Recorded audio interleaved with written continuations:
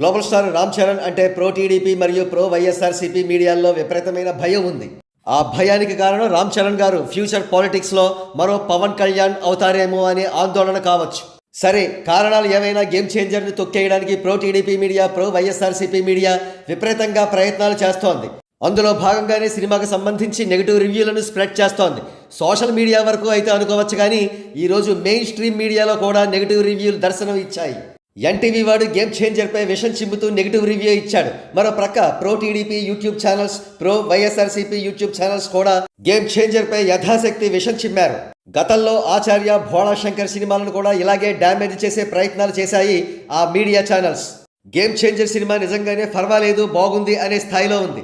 ఇందుకు ఉదాహరణగా నార్త్ నుండి కానీ తమిళనాడు నుండి కానీ వస్తున్న రిసెప్షన్ని మనం ఉదాహరణగా చెప్పుకోవచ్చు. గతంలో భోళా శంకర్ సినిమాకు ఇలాగే డ్యామేజ్ జరుగుతూ ఉన్నప్పుడు మెగా ఫ్యాన్స్ చోద్యం చూసినట్టు చూశారు. సినిమాను కాపాడుకునే ప్రయత్నం వారు ఆనాడు చెయ్యలేదు. కనీసం ఇప్పుడైనా బాగున్న సినిమాను కాపాడుకోవాల్సిన రెస్పాన్సిబిలిటీ మెగా ఫ్యాన్స్ పైన ఉంది. మరి వారు ఏం చెయ్యాలి? ఒక్కొక్క మెగా ఫ్యాన్ ఒక్కొక్క సైన్యం కావాలి. సినిమా పైన పాజిటివిటీని సోషల్ మీడియాలో స్ప్రెడ్ చేయండి.